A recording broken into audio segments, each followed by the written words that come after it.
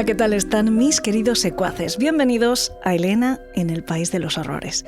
Esta semana se nos ha colado de rondón un contenido poco habitual en nuestro canal, pero tan excepcional que hemos creído que valía muchísimo la pena compartirlo con todos ustedes.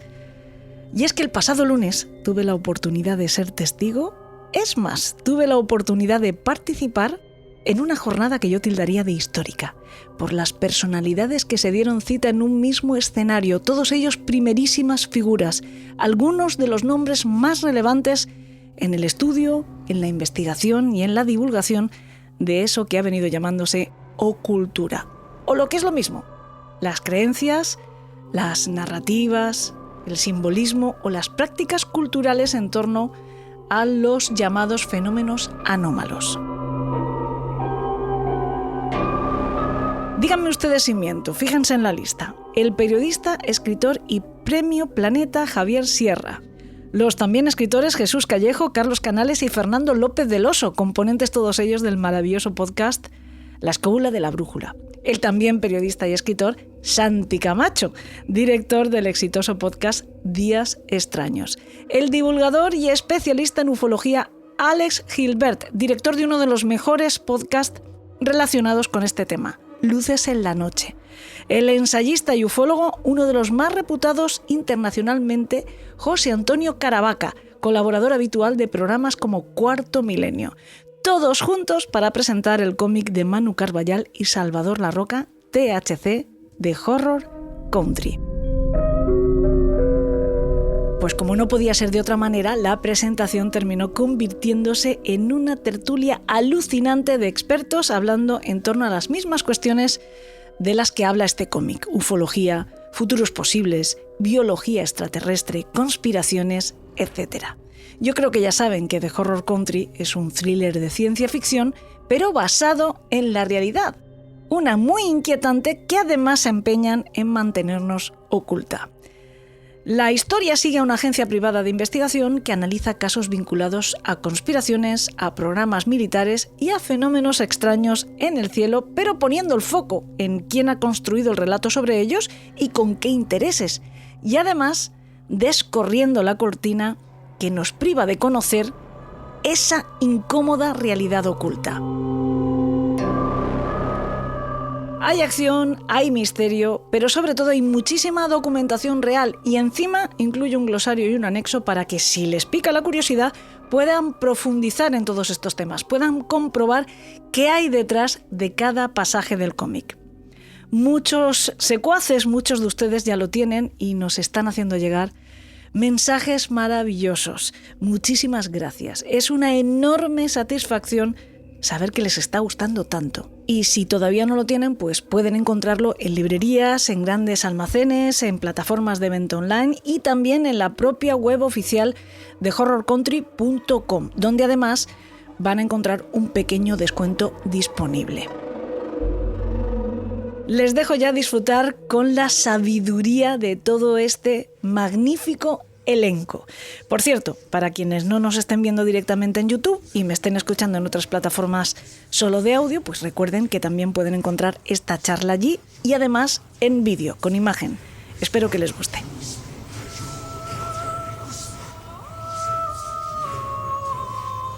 Elena en el País de los Horrores. Con Elena Merino.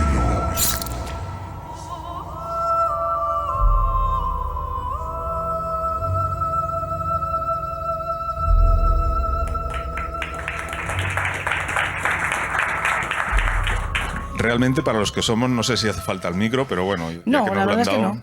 Bueno, lo primero es daros a todos las gracias por haber venido. Lo segundo es darles las gracias a ellos también por haber venido, porque es la primera presentación que hacemos así con invitados de lo que sale en el cómic. Y ahí podéis, en la esquina de la izquierda, pueden ver ustedes a el doctor de VR del Oso, Carlos Canales, que se llama Bill en el cómic, Santi Camacho, que es el presentador de Stranger Days, Javier Sierra, que no es Javier Sierra, a él tampoco no recuerdo qué nombre te han puesto. El alfil blanco. Efectivamente, tú no tienes ni nombre, tú eres el alfil. Jesús Callejo no sale en este cómic, pero ya me ha amenazado, porque lo tengo que poner en el segundo, Entonces, vosotros ya me podéis poner la demanda, él todavía no, él se lo puede plantear en función de cómo os vaya a vosotros. Y Alex Gilbert es el presentador del programa Luces en la Noche, que no sale en el TVO, pero ha estado presente de alguna manera porque era sus descripciones de los eventos ufológicos y todo eso era lo que yo me ponía en muchas ocasiones con el guión de Manu Carballal para visualizar un poco las cosas cuando las estaba dibujando, ¿no? Entonces ha sido una gran ayuda. Él no lo sabía, se enteró el viernes, pero le dije que sí quería venir y aquí lo tenemos. Esto ha sido una encerrona para Alex al menos.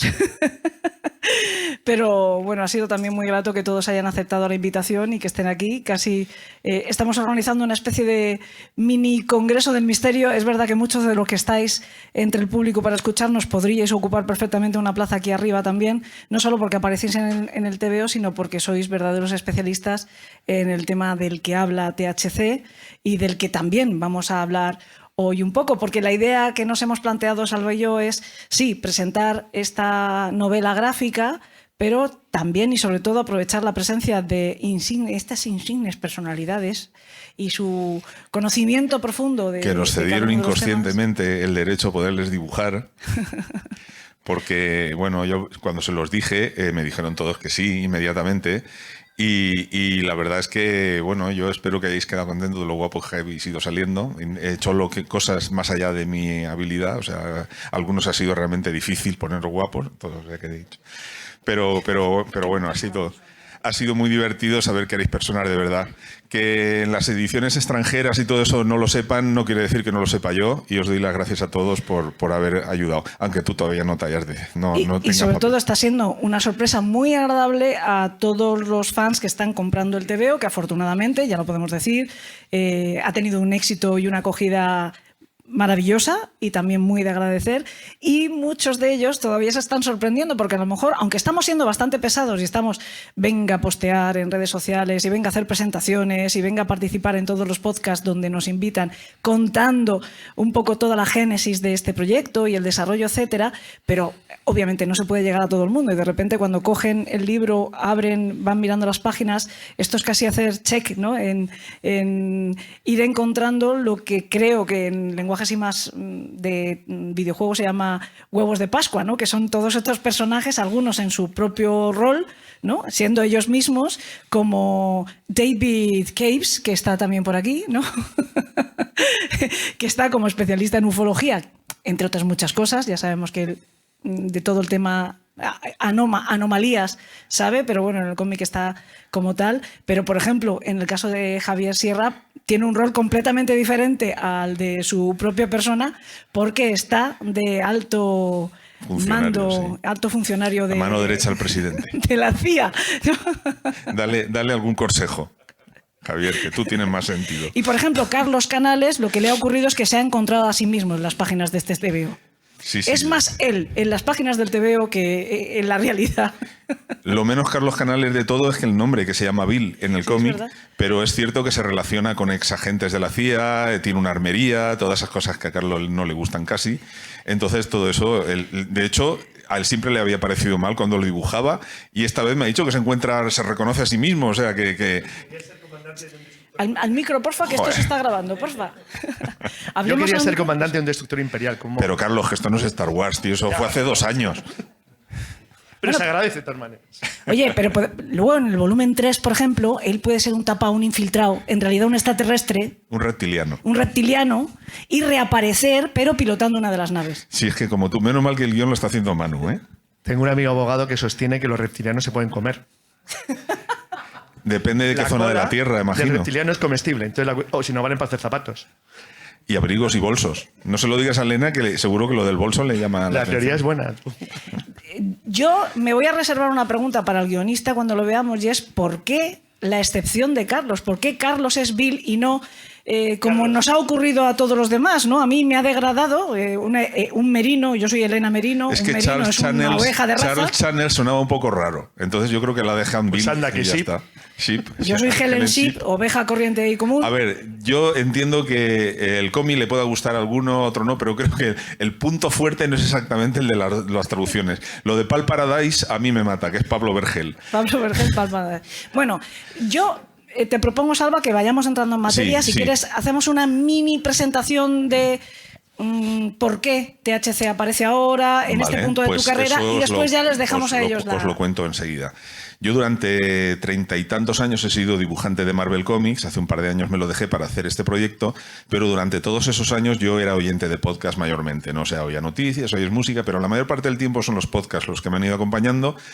Cuando salió iTunes, que ya permitía descargarte los podcasts estos nocturnos que hacían a altas horas, que era casi imposible, ¿no?, de poderlos oír teniendo chiquillos y todo eso.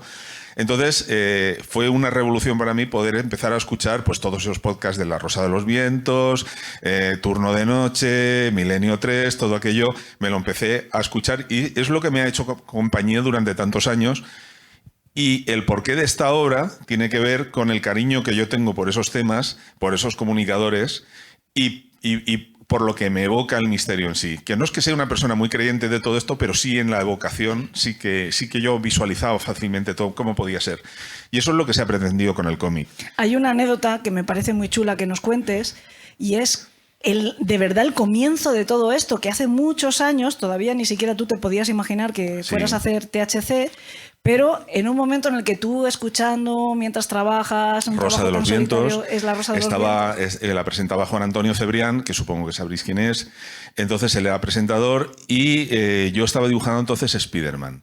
Y en la redacción del Daily Bugle del cómic de Spider-Man tenía que poner pues a periodistas y gente que hiciera un poco de, pues eso, de... Gente de bien, periodistas y gente de bien, sí.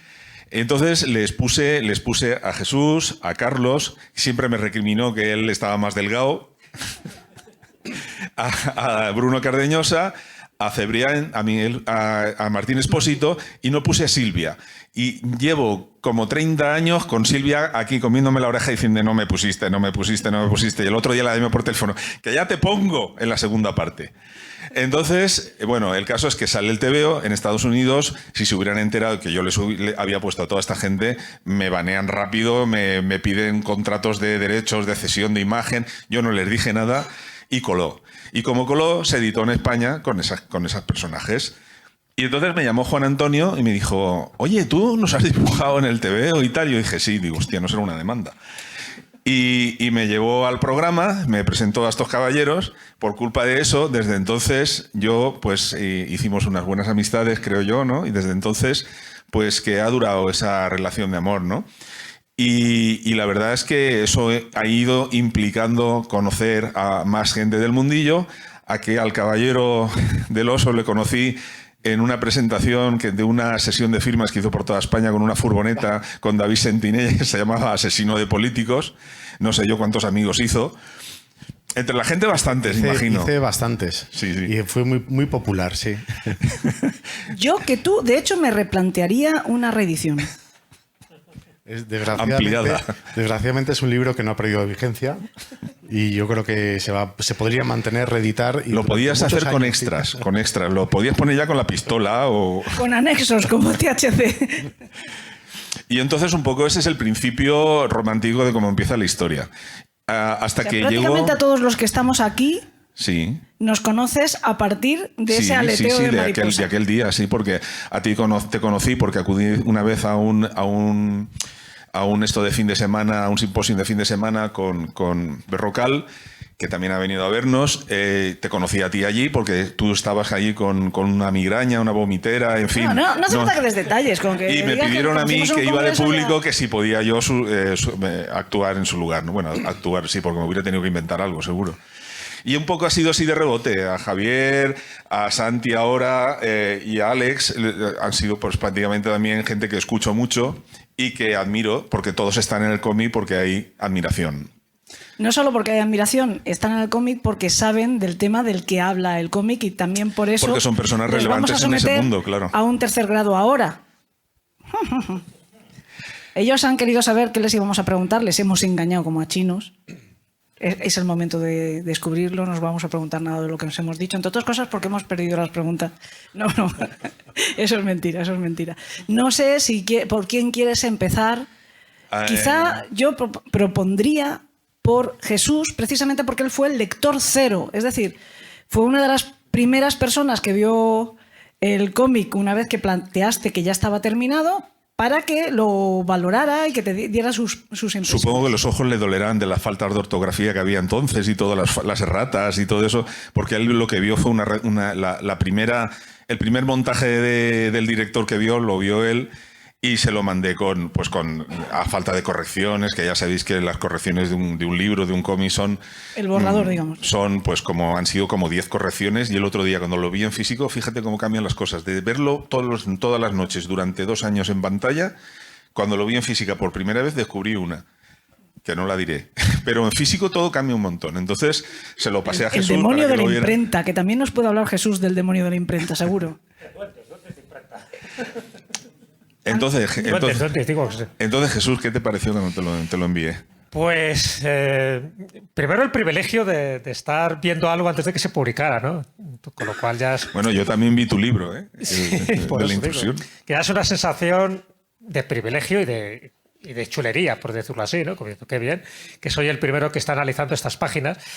Y la sensación fue muy grata porque, desde luego, todos los que hayáis visto el cómic, cada viñeta o cada ilustración es una postal, o sea, es una maravilla. Y luego, fíjate, me recordó algo en el que también está implicado aquí mi querido Javier Sierra, y es que me recordó un cómic que para mí es una obra de arte y que fue él el que me puso sobre aviso, que es Martín Mistere. Sí. Entonces, cuando lo estaba viendo... Lo comentamos eso, Manuel y yo. Claro, ¿te acuerdas? Dije, esto es Martín Mistere, por supuesto, en versión mejorada en 8.0. ¿Por qué? Porque estamos hablando de 3 personajes, igual que pasa también en Martín Mistere, que van resolviendo distintos casos dentro del mundo del misterio. Bien, en el caso de Martín Mistere, de criptozoología, en este caso es de ufología. Entonces me llamó mucho la atención y me hizo mucha ilusión porque dije, es como rescatar ese cómic italiano, ¿no? De Ambrosini, de Castelli, me parece que era, de los años 80, y empezar pues a darle ese prestigio que se merece el mundo del misterio, con unos guiones evidentemente perfectos, ¿no? de Manu Carballal, que se lo sabe todo, no solo de los ovnis, sino de la intrahistoria de los ovnis, sobre todo porque, claro, yo hablo también con una pasión adquirida durante años por estos temas, porque todo lo que se estaba contando ahí, muchos de los casos yo los conocía, pero claro, ver representado con imágenes, con los cameos de personas a las que yo también todos conozco, que habéis participado en el cómic. Por cierto, creo que en este cómic no estoy yo, lo dejo ahí, apareceré en el segundo, pero la sensación fue muy agradable, estética perfecta, o sea que hay chapó para ti, y por supuesto muy documentado. O sea, cuando yo vi que había mucha información, que posiblemente para mucha gente a lo mejor eso sea contraproducente. Sí, alguna persona considera que es un poco diccionario casi, ¿no? Claro. Una biblia del tema. Pero para mí... Pero nosotros pretendíamos que el que estuviese documentado con datos, y por eso hay varios anexos y explicaciones de lo que es cada cosa y de dónde provienen, porque yo la proporción que le he hecho es que hay un 90% de verdad y un 10% de invención. No, está bien. Entonces, bueno, el que no quiera los datos pues no se los quede, pero... Claro, pues digo que eso ya cada cual, pero digo que para mí sí me viene bien que haya ese tipo de información, porque en el fondo es más de un cómic. Lo que se busca, me imagino que es lo que habéis pretendido, es aleccionar a mucha gente que desconoce el mundo, en este caso de la ufología y sobre todo de las conspiraciones, pues adentrarse en una temática con seriedad y sobre todo, pues eso, con una gráfica súper excelente. Porque ya digo que cada imagen es para recortarla y enmarcarla, ¿no? Así que, ya te digo, yo pasé de las faltas de ortografía porque sabía perfectamente que era pues eso, lo que se llama una revisión y unas galeradas que no tenían mayor importancia. En cuanto a contenido, ya te digo, me pareció increíble porque no conté la cantidad de casos, pero no sé si... Pero creo que hay más de 20 casos. Y además casos como muy variados, ¿no? Porque, ya digo, aparte de todos los cameos de la gente que está aquí y muchos más, es que son casos que, por ejemplo, el caso de Próspera Muñoz, que es muy poco conocida y aparece dibujado tal cual es Próspera Muñoz, y es un buen reclamo para que la gente diga, ¿qué pasó a esta mujer? La primera abducida de la historia, no solo de España, sino del mundo. O incluso, yo qué sé, estoy recordando a bote pronto, el caso de la esteganografía, la de la abad Tritemo, ¿no? De un abad benedictino del siglo XV. Que haya todo este tipo de mare magnum de información me parece genial. Es como una especie de coctelera, es una especie de Expediente X, pero a la española, muy nuestra, y además con esos cameos, esos guiños, que más de uno a lo mejor le pasará desapercibido, pero a los que le interesa el tema es como un buen gancho para adentrarse en temáticas que a lo mejor de otra forma pues le hubieran parecido anodinas, ¿no? Así que en ese sentido, totalmente enhorabuena, y el Mastín Mistere 8.0, y gracias también a que me lo descubrió Javier. Es que yo creo que desde ese punto de vista, luego si queréis entramos en algún dato más, ya me parece que es un acierto el que hayáis abierto una puerta para mucha gente que, si no es por el cómic, a lo mejor no entraría en esto que llamamos la cultura del misterio, o algunos lo llaman ocultura. Precisamente, con Javier quería yo preguntarle ahora a Javier, porque este cómic, entre otras cosas, creo que es tan fabuloso. Yo solo soy una parte tangencial del proyecto, y por eso puedo hablar así sin que participe ni modestia ni nada de eso, ¿no? Esto es una obra de Manu Carballal y de Salvador Larroca, los dos conocedores de los fenómenos de los que se habla. Salva más desde la afición, desde el interés. Manu casi podríamos decir que es un profesional. Y es un profesional desde siempre. Yo siempre digo lo mismo. Yo he admirado a Manu Carballal toda la vida. Incluso cuando yo terminé mi carrera ya era un referente para mí, y no es mucho mayor que yo. Pero es que este hombre empezó a meterse en líos a los 15 años. Y creo que erais los dos tipizape, ¿no? Casi con esa edad, los que estabais ya rompiendo barreras para investigar. Sí, Elena.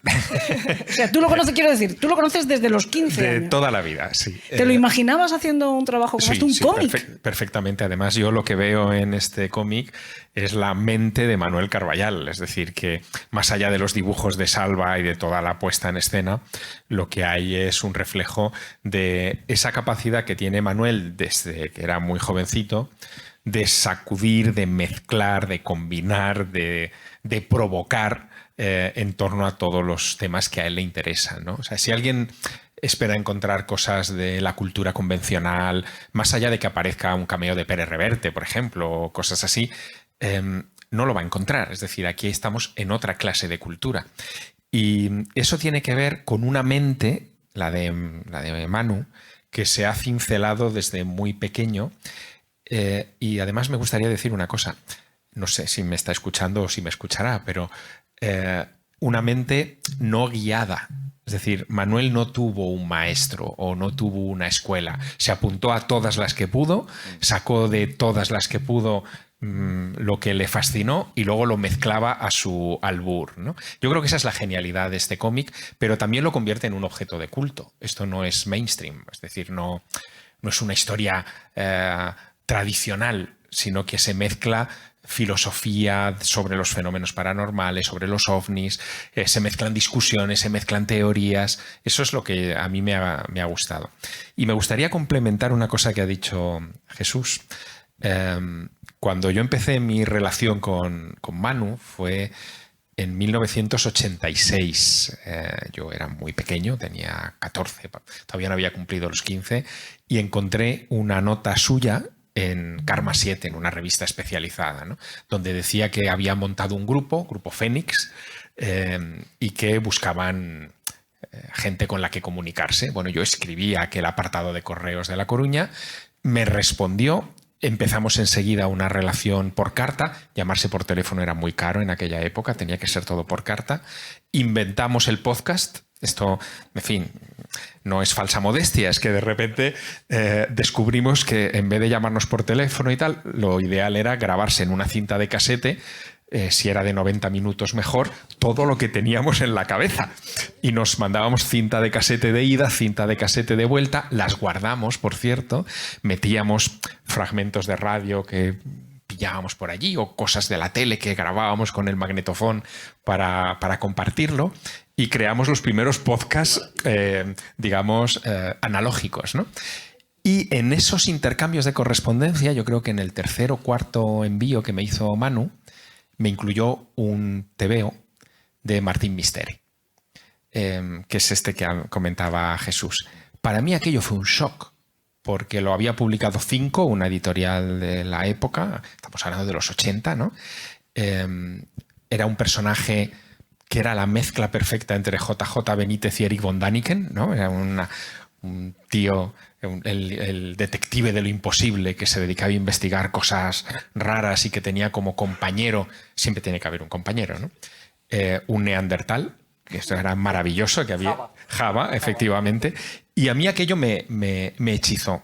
Me hechizó tanto que yo creo que mi entrada fulgurante al mundo del cómic, aunque había tenido mis devaneos como todo el mundo, con Asterix, con Tintín, con Yves Noguz, con los cómics estos franco-belgas, a mí la entrada de verdad al mundo del cómic y de los fumetti italianos fue gracias a Martín Mistere. Me fascinó tanto que hoy mi hijo mayor se llama Martín por Martín Mistere, es decir, que esto estaba dentro... Espero yo que nadie le ponga Stone a ningún hijo suyo por culpa mía.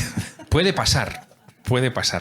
Pero fíjate, Martín Mistere era un cómic donde lo que se contaba dentro del cómic tenía referentes en la literatura del misterio, ¿no? Si se hablaba de Rennes-le-Château, se dibujaba perfectamente Rennes-le-Château y los entornos y el Abad Saunier y toda la historia vinculada con eso. Si se hablaba, no sé, de la Atlántida, todo lo que aparecía tenía que ver con temático. La Atlántida. Exacto. Eso está ahí. Es decir, esa lectura de Martín Mistere de Manu Carballal está reflejada. Yo estoy seguro de que es una influencia que él ha tenido a la hora de escribir el guión. Claro. Y además hay otra influencia. Martín Mistere siempre venía acompañado con un editorial y a veces con unas páginas detrás donde se explicaba el background de la historia. ¿Habéis hecho lo mismo? A ver, hemos hecho lo mismo por necesidad, porque yo genial, cuando me manda el guión y yo empiezo a leer el guión, yo digo, está muy bien, pero tiene en algunos momentos picos un poco elevados que si no eres un poco ya un conocedor de los temas, puede ser un poco complicado. Entonces yo le dije, no, si hacemos esto así, necesitamos un anexo al final donde expliques algunas terminologías, lo que es la MUFON, lo que es el no sé, o sea, porque van a haber cosas que mucha gente va a patinar si no es conocedora. Entonces, esa fue una condición que no fue condición porque asumimos que se tenía que hacer, lo mismo que un glosario de términos también, porque hay tantas asociaciones, tantas movidas, que de una manera u otra lo tienes que acabar explicando, porque es que si no te van a poner verde, y con toda la razón, porque yo creo que tienes que hacer una lectura que sea escalonada para todo tipo de lector, el que le gustan los datos y al que no, y al que lo que quiere es disfrutar una historia y le da igual si escribes en un huevo con tinta de limón y se vuelve invisible. Eso es anecdótico, pero el que le quiera saber lo puede saber. O sea, lo que es la escenografía, todo eso que contamos en el TVO, son unas informaciones que no son necesarias para seguir la aventura, pero bueno, son curiosidades de esas que mola saber, que cuando las cuentas por ahí la gente te mira y dice, ¿y este tío cómo sabe que escribiendo en un huevo? ¿Sabes? Entonces, eso, bueno, yo creo que está ahí un poco por necesidad. Le preguntamos ahora a Santi. Santi, tú como presentador de Stranger Days, que no te lo propongo como franquicia ya para Estados Unidos, a lo mejor como el Madonna. Y ahora que con la inteligencia artificial te pueden traducir las cosas en tiempo real. No es mala idea. Yo te quería preguntar que ahora que está como muy asumido que, bueno, los que hayáis visto el documental de Prime del ¿cómo se llama? Age of Disclosure, sí. La era de la desclasificación. Sí. ¿Qué opinión tienes con respecto a eso? O sea, ¿se está asumiendo ya que de verdad sí es sí o sí o...? A ver, voy a contestar a tu pregunta, pero antes voy a hablar de tu libro. Yo he venido aquí a hablar de tu libro. Bueno. Lo que quería decir sobre esto que tenéis encima de la mesa... Esto ya no merece ni nombre. No, y ahora lo definiré. Quería decir que bendito sea el Señor por la infinita variedad de sus criaturas, y me explicaré. Esto, aparte de una historia apasionante y de todo lo que se ha dicho hasta ahora, todos los cameos de los que estamos aquí presentes, y muchos más, muchísimos más, es un auténtico bestiario del misterio. Bestiario de los que hacemos el misterio, que somos un ecosistema de lo más variopinto, uno de los grupos humanos más heterogéneos y de personajes más fascinantes y más excéntricos, algunos bordeando, ahí me puedo incluir hasta yo, en lo borderline, nunca mejor dicho, y quería agradecerte el cariño con el que... Era la premisa, hacerlo desde el cariño. O sea, aquí no se... Con el único que me he puesto un poco borde, y él lo sabía, era con Pablo Vergel, que lo metimos en un puticlub, y yo se lo pregunté antes. Le dije, oye, ¿te apetece ver de agente borracho que me cuenta una serie de cosas en una barra de bar americana entre las tetas de una bailarina? Y me dijo, ¿estarás tú conmigo? Y dije, sí, tranquilo, yo voy contigo. Y me dice, entonces bien. Y le regalé la camisa luego, claro.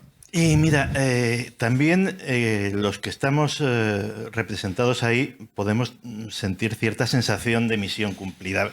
Últimamente hay una serie de creadores, estás tú, está Berto Romero, que es muy buen amigo mío, que habéis tratado precisamente el mundo del misterio con un cariño, con un mimo, fuera de los estereotipos, fuera de la imagen más o menos frívola y casposa que había. Y eso obviamente es de agradecer a vosotros, a los creadores, pero también creo que son años de una generación que hemos hecho el misterio de otra forma y que creo que hemos conseguido inspiraros esa sensación. Eso es todo lo que tenía que decir sobre el libro, que espero que no sea poco. Y en cuanto a lo que me decías, a ver, creo que ya hemos llegado a un punto de inflexión en el que la frase "yo creo en los ovnis" no tiene sentido. O sea, ya no es una cuestión de creencia. Desde el momento en el que, no solamente por este documental, en el que 30 y tantos personas de altísimo perfil están diciendo pues poco más o menos que sí, que hay algo, etcétera, etcétera. Y estamos hablando incluso del secretario de Estado de Estados Unidos, de Marco Rubio, sino porque directamente, bueno, el Pentágono lo trata, la NASA lo trata. Oficialmente el fenómeno existe. Ya la explicación, si son alienígenas, si son otro tipo de cosas, es lo de menos. Pero ya hemos llegado a ese punto en el que la frase "yo creo en los ovnis" o "no creo en los ovnis" no tiene sentido. O sea, es decir, ¿yo creo en la gravedad o no creo en la gravedad? Pues no, oiga. Bueno, en la esfericidad de la Tierra hay quien cree y quien no cree. O sea, vivimos días extraños. Pero sí, o sea, estamos viviendo una época apasionante en ese sentido. La noticia de hoy, por ejemplo, ya es la leche. El mismísimo Barack Obama diciendo en una entrevista: los extraterrestres existen. Que además hay dos cosas que me asombran de eso. Primero, que lo diga Barack Obama, y luego que el entrevistador sea tan lerdo que no le repregunta. Que dices, pero vamos a ver exactamente quién está entrevistando a este señor.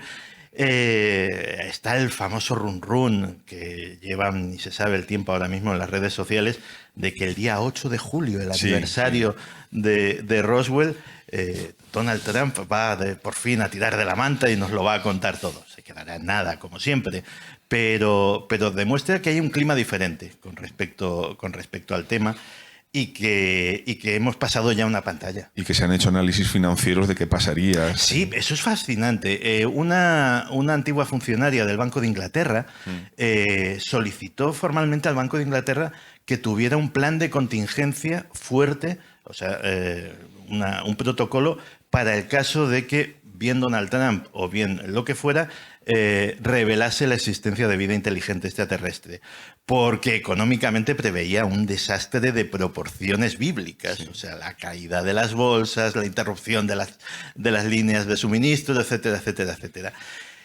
Estamos hablando de instituciones muy serias, el propio Banco de Inglaterra, que se están empezando a tomar en serio algo que, merecía desde hacía muchos años tomarse en serio. El estigma ha desaparecido, o está desapareciendo, o está en vías de desaparecer. Sí, el gorrito de papel de plata, sí. Eso ya pasa un poquito a la historia ya. Ahora entonces, se toma mucho más en serio. Sí, creo que vivimos una época en la que esa pantalla ya la hemos pasado y estamos en otra completamente distinta. ¿A dónde nos va a llevar? Ahí sí que soy bastante escéptico, o sea, no creo que estemos a las puertas de la gran revelación, pero oye, nunca se sabe. De todas maneras, yo creo que lo clavaste con el nombre de tu programa. Sí, no, me quedé corto. O sea, me quedé sumamente corto. Sí, pero lo bastante corto como para que se quede el nombre. Pues si lo haces de un palmo de largo como la tarjeta de visita de un vasco, pues a lo mejor... Pues fíjate que ni siquiera estaba pensando en el sentido. O sea, era un nombre que... Yo soy suscriptor desde hace la torta de años y sigo siéndolo, de Fortean Times, que es una revista histórica de este tipo de cosas. Y tiene una sección que la tienen desde el principio y siguen teniéndola, que se llama así, que se llama Días Extraños. Y dije, oye, qué buen nombre para un podcast. Y ya está, y así se quedó. Y mira por dónde ha sido un nombre acertado. Es cierto. Yo quería decir que este cómic, insistir una vez más en que este cómic está basado en hechos reales y tengo la prueba que lo demuestra. Aquí la tenéis. Bueno, Fernando, además de un gran amigo y una gran persona, es... dicen que es biólogo. Entonces, le habíamos preparado a él una pregunta que resulta que iba a ser una pregunta trampa, según me ha dicho. Pero aún así, no desistimos de hacértela. Si tuvieras, como ocurre en el cómic, ¿no? Hay un momento en el que hay una autopsia a un ser extraterrestre. Sí. ¿Cómo abordarías? De repente te ponen delante... Bueno, Carlos le ha sugerido que lo prepare al pil o algo así, ¿no? Pero si tienes de repente te dan la opción de investigar como biólogo un verdadero extraterrestre, ¿qué buscarías? ¿Pero está vivo o está muerto? No, Yo preferiría... Te lo damos ya embolsado al vacío. Hombre, me quedaría con las ganas, ¿no? De verlo... Iba a decir en su salsa, pero poder hablar con él y comunicarme. Pues es curioso que digáis esto porque... Es el caso que se da en el cómic, por eso te lo pregunto. Porque un poco se puede retomar desde el punto de vista biológico la idea que estaba comentando Santi sobre si estamos cerca o no de la gran revelación. Es decir, con amigos que se dedican también a la divulgación científica, en el propio programa del Perseverance, que está en Marte, ahora buscando con el objetivo principal de buscar restos de vida extraterrestre, la pregunta ya no es si van a encontrar restos, sino cuándo van a encontrar los restos. Es decir, bueno, sobre eso yo tengo amistad con la gente del astrofísico de Canarias, sí, y decían que el Perseverance y todo esto están diseñados para encontrar vida microbiana, pero si un día hubiera conejos botando por encima de la nave, no lo reconocerían como vida, ¿eh? No, pero bueno, tienes ahí no recuerdo el nombre que tiene, el pequeño helicóptero, el pequeño dron que acompaña al Perseverance, que no deja de filmar y hacer fotografías, ¿no? O sea que, aunque luego imagínate que le hubiera mandado un trozo de desierto de Marte, ¿no? Donde no hay nadie. Y estuviera todo el resto poblado. Pero bueno, esto está pasando, ¿no? De hecho, incluso leí el otro día una noticia que estaban revisando los estudios de las sondas Viking, que ya estuvieron, yo creo que en los años 70 en la superficie marciana, y que empiezan a pensar que se dio un falso negativo. Es decir, que se dijo que no habían detectado vida, y sí, es posible que lo hubieran detectado. Sí. Como la del agua. Bueno, que ha vuelto a salir ahora, ¿no? En el momento en que parece que será el primer paso, ¿no? Que podamos decir que hemos encontrado una vida, digamos, inofensiva, una vida orgánica, pero unicelular, unas pequeñas bacterias pues, en otro planeta o en la luna de alguno de nuestros planetas y demás, ya la pregunta de si estamos solos desaparecerá. Y como biólogo sí que puedo decir que lo más sencillo es que si esa pregunta se responde de manera afirmativa, es decir, que se va a encontrar, entre otras cosas porque estamos hechos de materia orgánica, que es de lo más común dentro del universo y por todas partes, que haya vida inteligente no es difícil en absoluto. De hecho, el único planeta del que tenemos experiencia, que es el nuestro, pues... Es rara también. Aquí la vida inteligente también es rara. Hemos producido vida inteligente. O sea que... Entonces, no lo sé. La verdad es que sería curioso, ¿no? Primero encontrarte a un ser... con una forma parecida a nosotros, es más razonable de lo que parece. Es decir, que fuera un organismo con cefalización, con una cabeza como la nuestra, donde estuvieran todos los órganos sensoriales, tiene mucha lógica. Que fuera un organismo con un caminar bípedo, es decir, que pudiera caminar y tener unas extremidades libres para poder manejar herramientas, es totalmente razonable también. Que tuviera simetría bilateral como nosotros también. Es decir, posiblemente nos llevaríamos la sorpresa de que no tendrían por qué ser tan diferentes a nosotros. Y eso si no somos producto nosotros de algún tipo de panspermia dirigida, ¿no? Si somos producto de alguna siembra hace millones de años de alguna civilización que ande en planetas que pudieran ser buenos receptores, dejando semillitas de vida y que luego, bueno, pues vinieran a revisar qué ha sido de esa siembra, ¿no? Sí, la verdad es que cuando dibujé la autopsia estuve mirando un montón de autopsias previamente porque quería dibujar algo que parecieran orgánulos o algo así, pero que no parecieran unos pulmones o un corazón o unos intestinos, porque quería que pareciera un organismo vivo, pero si fuera un bot biológico también pudiera serlo, ¿no? Quería dejar esa ambigüedad ahí de que un gris no necesariamente tenía por qué tener orificios. Mira, cualquier ingeniero, por ejemplo, que estudiara biología, se daría cuenta de lo razonable que es todo. Es decir, todo lo que nosotros estamos, de lo que estamos compuestos, nuestro diseño y demás, y de plantas, de cualquier organismo vivo, es tremendamente funcional y tremendamente lógico. O sea que por eso te digo que la aproximación que hacías en esa autopsia es perfectamente válida si cumple ese requisito de la funcionalidad, ¿no? No tiene por qué ser como lo nuestro, pero sí que posiblemente tendría que responder a funciones parecidas. Y no querría perder, de todas formas, ahora, antes de que pasemos la palabra otra vez a este lado de la mesa, iba a decir, bueno, a este lado de los invitados, de hablar de tu libro. De hablar de tu libro porque yo... Soy el único tío que ha hecho un libro que no está hablando de su libro. O sea... Yo he venido a hablar de tu libro. Pero porque lo has dejado, porque nos has invitado aquí unos cuantos amigos que te estamos haciendo la labor. Pero realmente me parece, por una parte, lo que decía Jesús, ¿no? Esa sensación de orgullo, ¿no? De poder estar presente. Esto es como salir casi en las meninas, ¿no? Es decir, al fondo de un cuadro de Velázquez o en el cuadro de la rendición de Breda y reconocerte allí es una sensación de profundo orgullo, ¿no?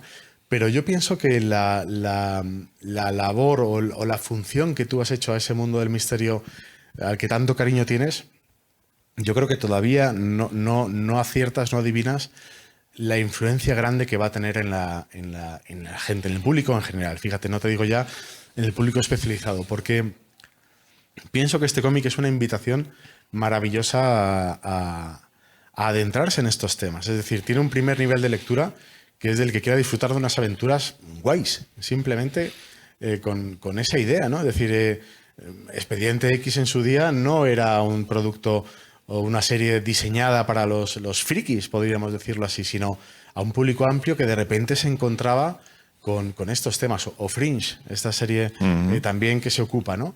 Aquí tienes de repente un grupo espectacular de gente aguerrida y guapa, y como, no sé qué modelos has podido coger, pero que le pasan cosas alucinantes y que muchas veces además se descubrirá que la realidad supera a la ficción, pero que las propias aventuras, tal y como las escribe Manu, con ese saltar de un escenario a otro, de un tema a otro, pero que todos al final están relacionados, eso es una aventura trepidante que a cualquiera le interesa.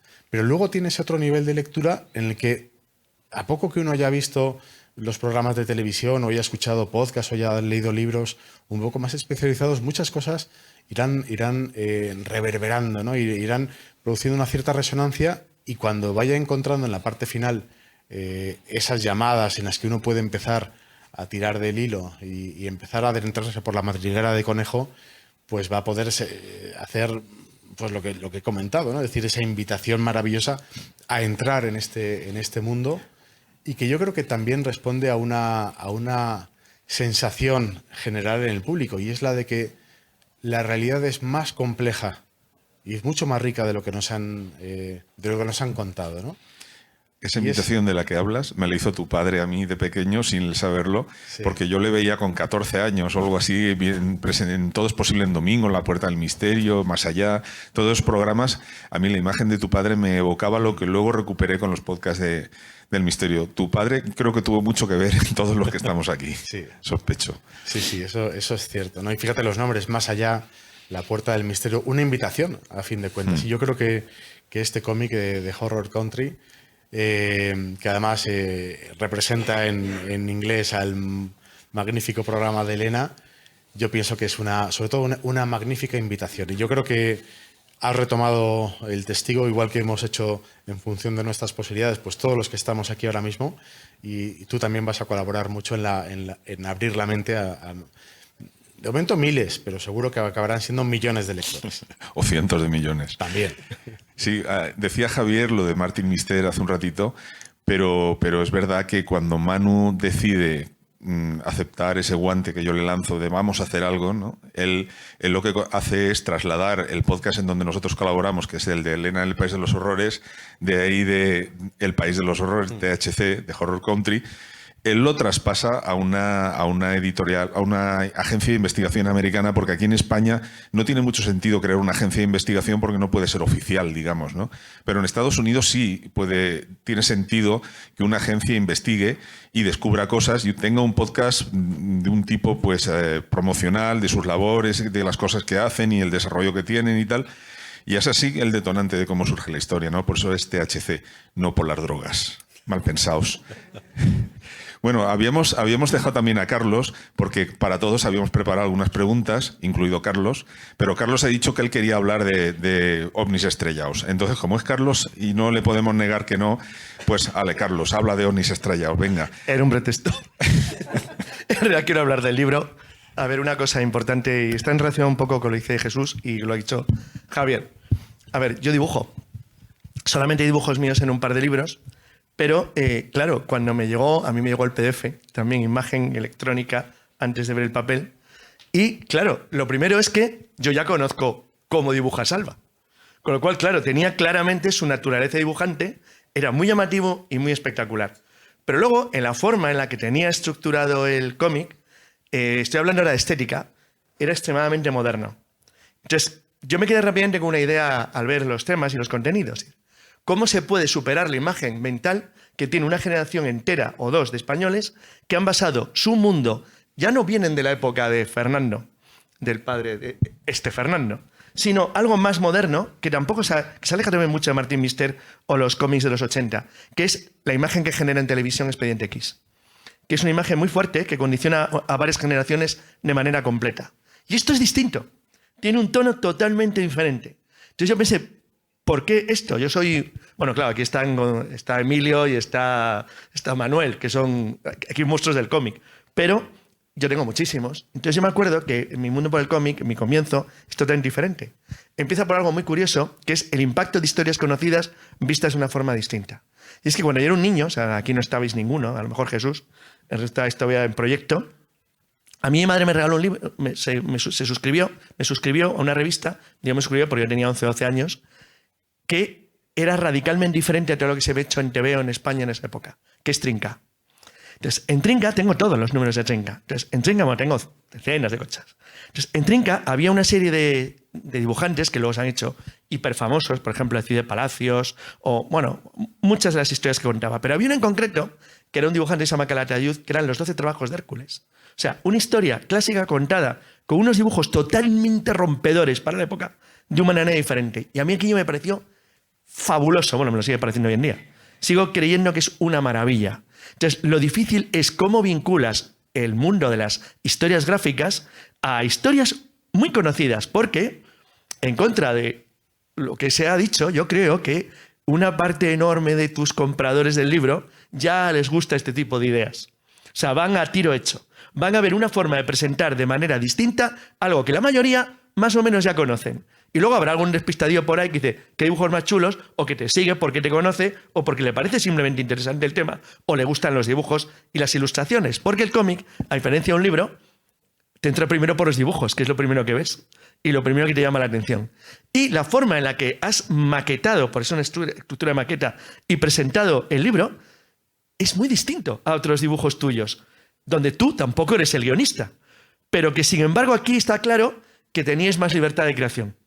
Claro. He metido bastante mano en el guión, ¿eh? Claro, pero aparte de eso, aquí eres muy libre. Se ve que no estás condicionado a un formato. Cuando trabajas para una empresa que tiene licencias, Sí. tienes que pasar el check. Tienen que aprobarlas y depende. Cuanto más... La gente piensa que trabajar para Star Wars o para Alien es una maravilla. Es chulo cuando te lo proponen. Hacerlo es un infierno.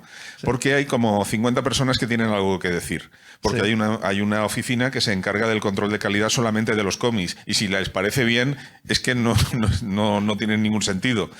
Entonces, cuando yo hago un TVO de Star Wars y me vienen 100 cambios, dices, os vais a tomar por saco, porque no es esto. Trabajas para pasar el cheque. En este caso, trabajo porque quiero, porque hay página que le he repetido 15 veces. Si en Estados Unidos me dicen que repito una página 15 veces, pongo el grito en el cielo.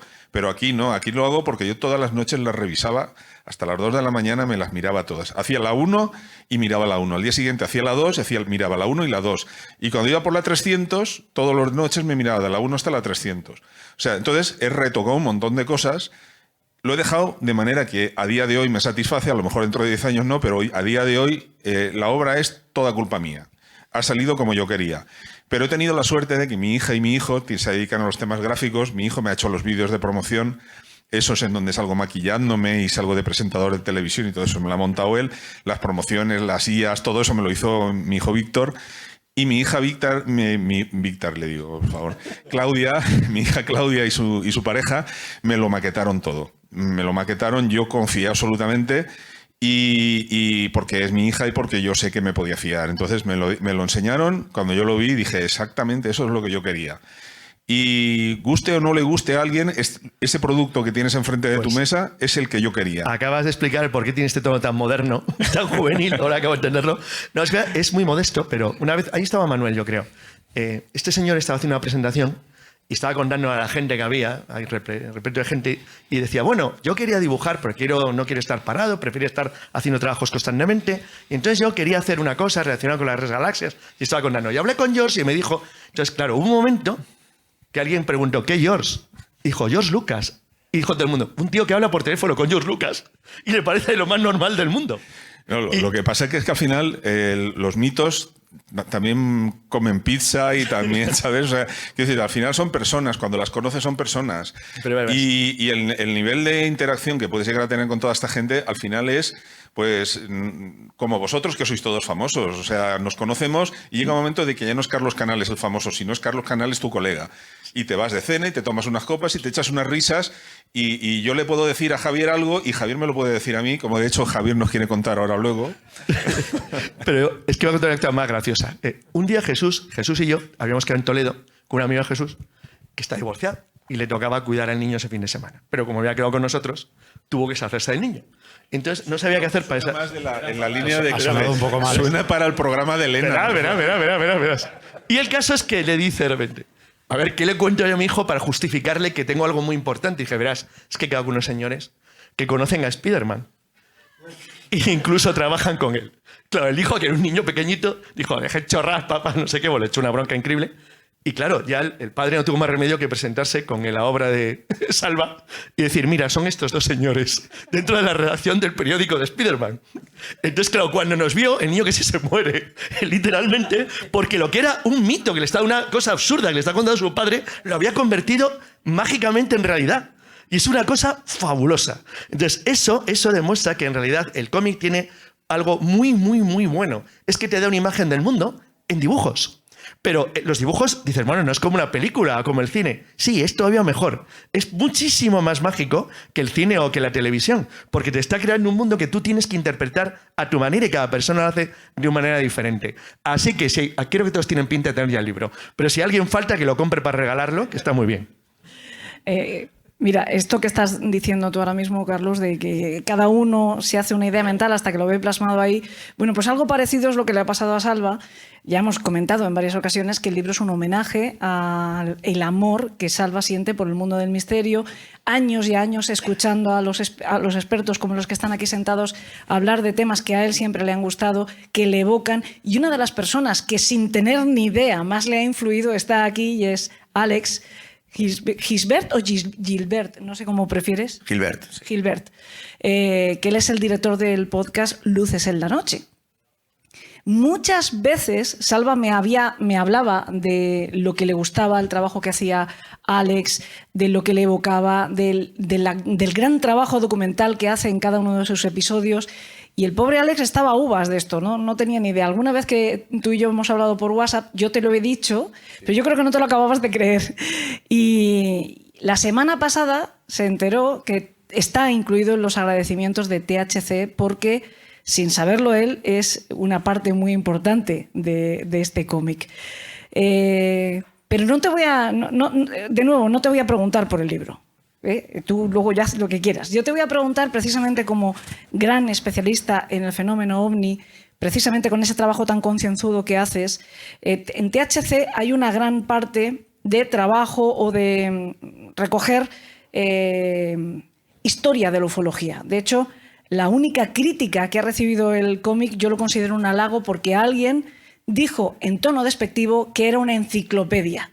Y yo creo que es precisamente un piropo precioso para THC, que sea una enciclopedia donde se recogen tantos casos como habéis mencionado también vosotros.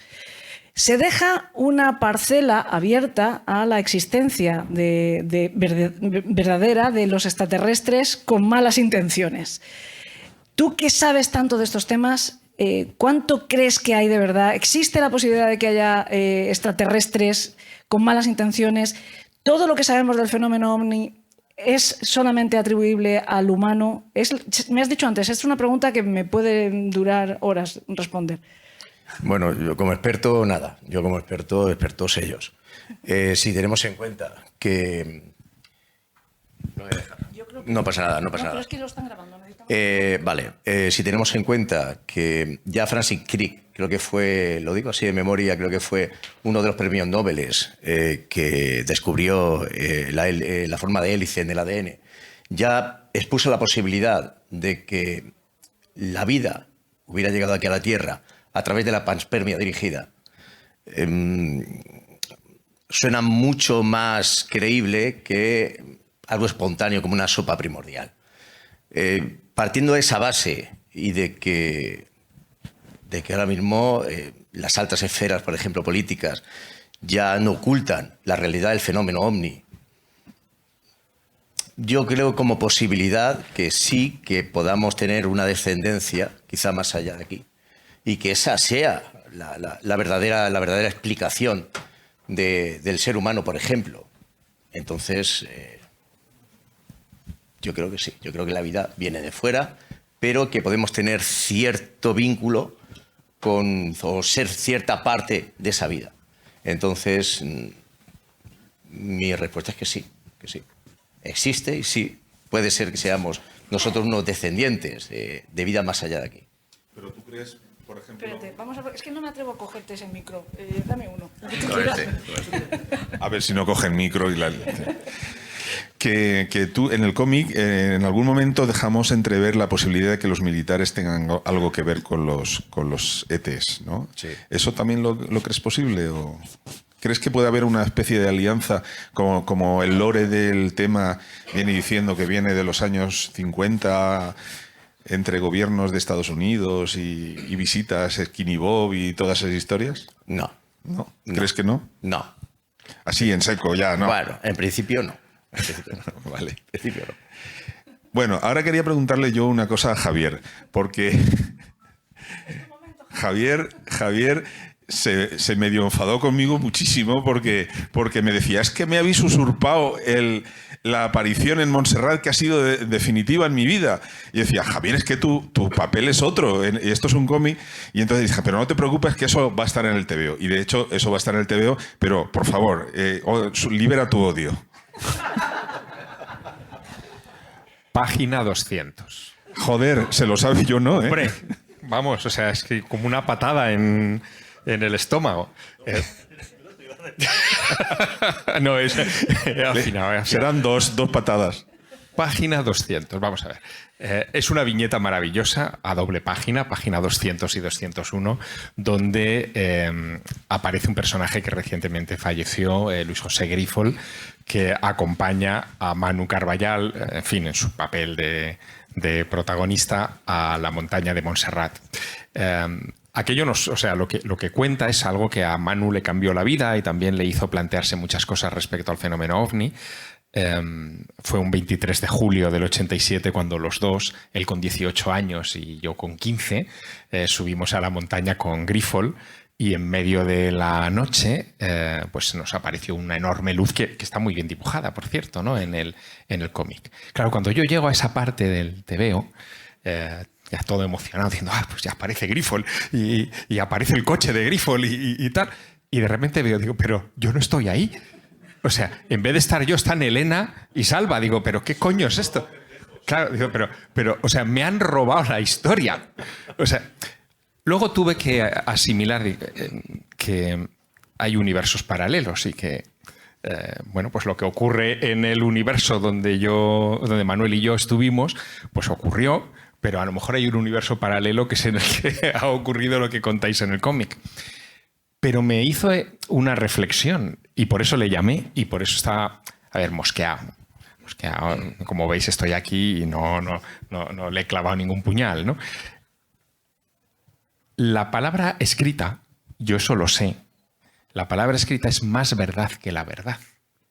Porque la verdad termina, eso que llamamos verdad, la memoria, la experiencia, termina olvidándose. Y lo que queda es lo que está sobre el papel, dibujado o contado.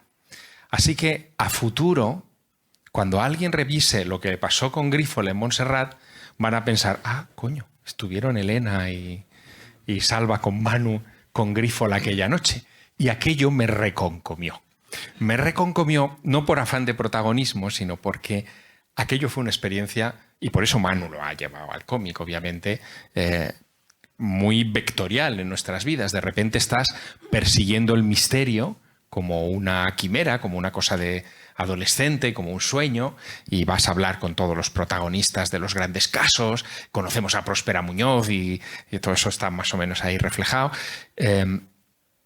Pero de repente el misterio se manifiesta ante ti y ves algo que es imposible que tú puedas contar de una manera global en todo el efecto que a ti te causa, ¿no? Entonces, claro, para mí el vínculo es emocional, no es racional. Y por eso yo te llamé y te dije, tío, ¿qué habéis hecho? O sea, me habéis sacado de mi propia historia. Esto no se hace, o sea, no se hace, ¿no? Dicho eso, me ha prometido Salva que en una segunda parte, que no sé si creer que va a llegar, pero sí, está anunciada, que en una segunda parte... Hay 80 páginas hechas ya, espero que sí. Vale, que en una segunda parte voy a aparecer en Montserrat, no sé cómo el alfil blanco, ¿no?, que soy en la historia, no sé cómo lo hará. Entonces, pero entonces eres peor solo, porque vas a tener unos 15 años o una cosa así, la edad que tenías. O sea, que me pintas de 15. Vale. Saldrá esa experiencia tuya, saldrá en un flashback, porque en el TVO sí que mencionamos en algún momento que a ti también te pasó. Lo que no damos es detalles, pero esos detalles vendrán en la segunda parte porque es que, si lo cuento todo en la primera, aquí todos queréis salir en el primero y queréis que lo cuente todo. Y yo tengo intención de meter 900 páginas a esto, o sea que... Fijaos qué historia que, habiendo creado un artefacto de ficción, al utilizar personajes reales como todos nosotros, el grado de implicación con el relato es distinto. O sea, de repente tú buscas, cuando te encuentras a Fernando, o encuentras a Carlos, o encuentras a Santi, o... En fin, a ti todavía no. A ti no. Pero buscas como lector que conoce... Claro, eso me pasa a mí, al lector desprevenido no, pero a mí sí me pasa. Yo busco la verdad que hay detrás de esas manifestaciones y por qué están ahí, ¿no? Así que bueno, ese es un efecto colateral interesante de esta lectura. Yo quiero matizar un par de cosas. Una, que más vale que saque la segunda parte porque todo el que se ha leído la primera está con las uñas así para saber cómo acaba la historia. Yeah. Segunda, que más vale que saque la segunda parte para que personas como Jesús no quieran acabar con él precisamente por no sacarles. Y una tercera, que me viene muy bien esto que dices de que lo que queda por escrito es lo que trasciende, porque a mí me encanta la idea de trascender como Helen Ship, así de buenorra, a esta vida material que tenemos ahora. Prefiero mucho más que me recuerden así, que como soy. Bueno, a ti te perdono lo de Montserrat, a ese no. Que conste, oye, disclaimer, yo no tomé decisiones, yo me vi allí, ¿eh? Yo me vi allí. De todas formas, es la primera presentación que voy que un 20% de los intervinientes son agraviados. O sea, esto es un punto de originalidad importante. Las demandas pueden ser astronómicas. Quería comentar, luego me llamáis los de las demandas.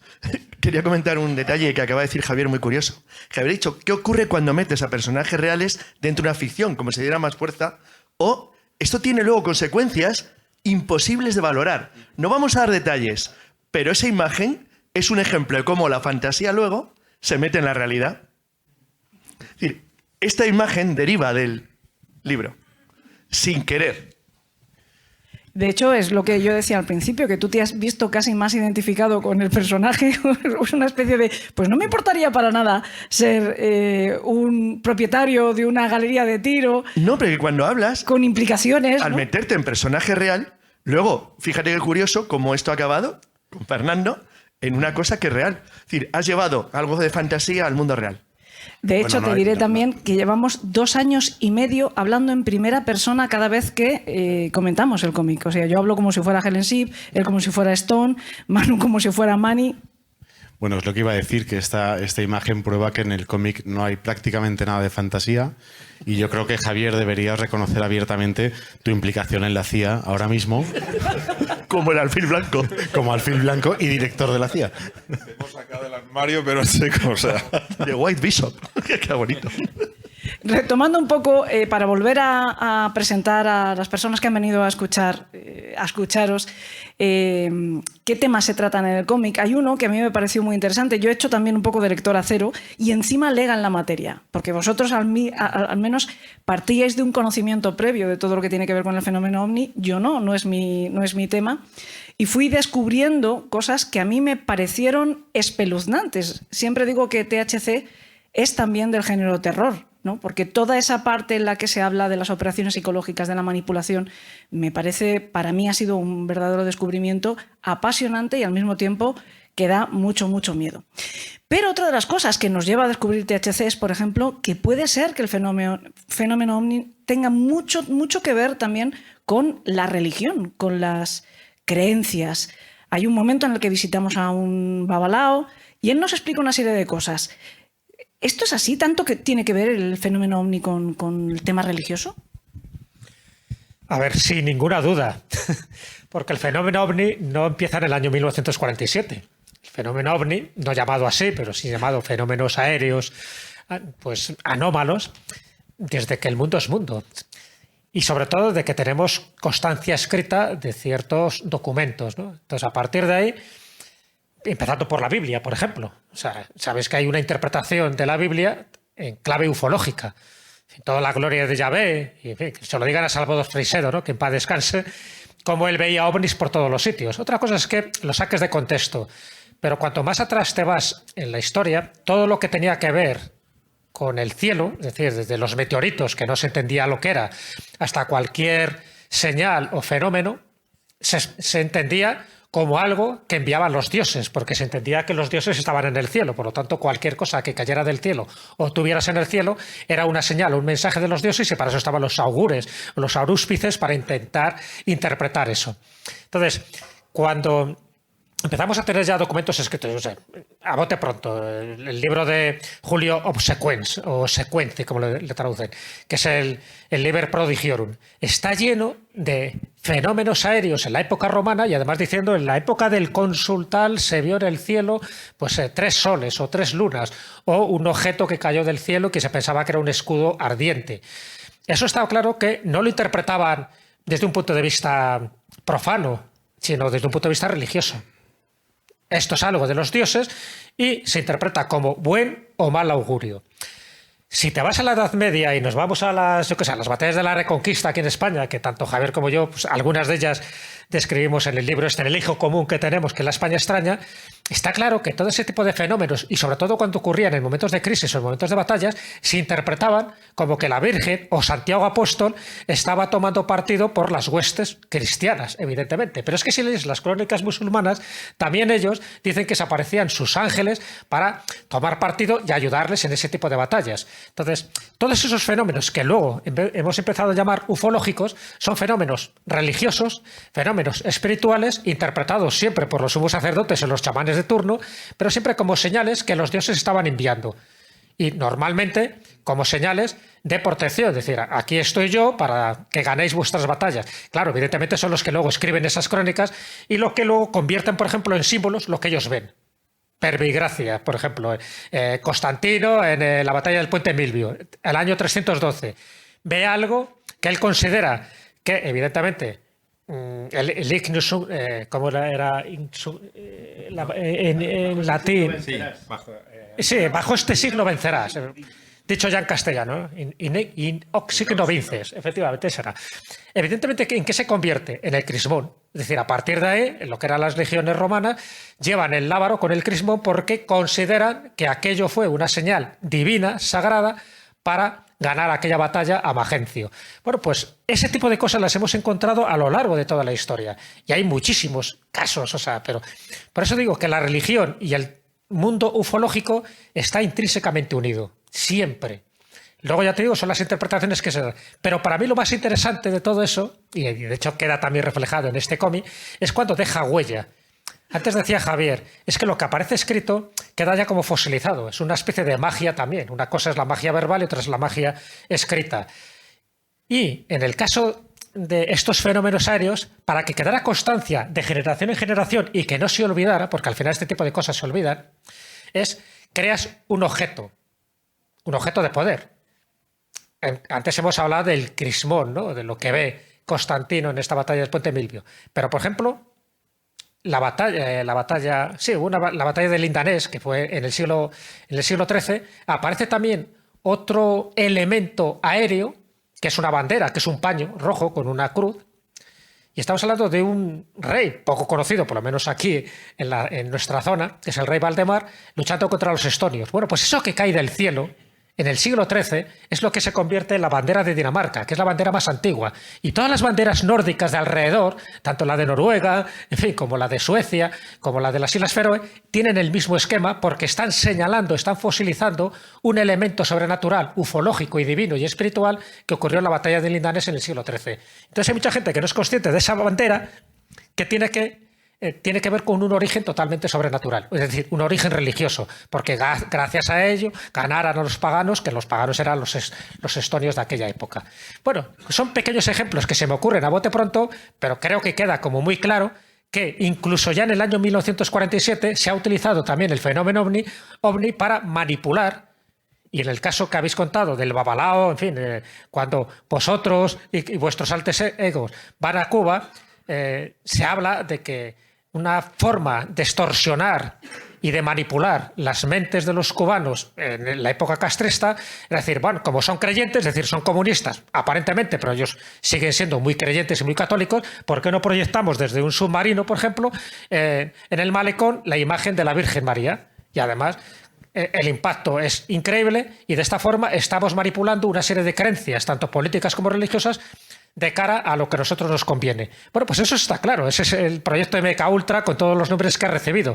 ¿Cómo utilizamos la nueva religión, que es parte ufología? No olvidemos que hay muchísimas sectas que están basadas precisamente en la ufología, en algunas sectas destructivas. ¿Por qué no utilizamos la ufología como nueva religión para manipular a la gente? Que es un poco lo que dice y la tesis de Jacques Vallée como sistema de control, que también, por cierto, aparece en este cómic. Así que, como veis, podría extenderme muchísimo más dando ejemplos, pero creo que ha quedado claro que la religión, a la pregunta que tú me hacías, Helen, creo que ha quedado muy claro que la religión, la ufología y cualquier fenómeno aéreo que no entendemos siempre se va a interpretar en clave mística. Y esa clave mística también se puede entender en clave antropológica y en clave sociológica. Muchas veces para manipular a gente porque conocen los mecanismos de cómo se les puede manipular. Hay una cosa muy de Manuel Carballal, que nos ha dado muchas horas de conversación, es que tú le podías decir a Manuel Carballal cualquier tema, el fútbol, las quinielas, la lotería nacional, y el tío te lo relacionaba con los ovnis rápidamente, ¿no? Y lo sigue haciendo, porque yo cuando veo que el cómic necesita un empujoncito de ciencia ficción, le digo, Manu, tenemos que poner unos enemigos que la gente reconozca rápidamente. Y como amantes de las pelis de Indiana Jones, yo le dije, tienes que meter nazis. Y a partir de ahí ya verás lo que ha dado de sí la cosa. Ya verás. Sí que ha dado mucho de sí. Santi, una preguntilla más para ti. Tú en el cómic estás entrevistando a Jacques Vallée justo antes de que lleguen Manny y Helen, en español con J, Helen. Y os despedís, pero no sabemos qué es lo que le has preguntado. Entonces, cuéntanoslo. Hombre, le he hecho una entrevista de 2 horas o más, porque la trayectoria de Jacques Vallée es tan apasionante y tan maravillosa que sería muy mal periodista como el que entrevistó a Obama hace 2 días si no le hiciese muchas preguntas. Obviamente la pregunta sería ¿qué opina de todo esto que he mencionado antes, de este presunto destape o de este presunta... Sí, y de hecho tiene opiniones muy interesantes al respecto.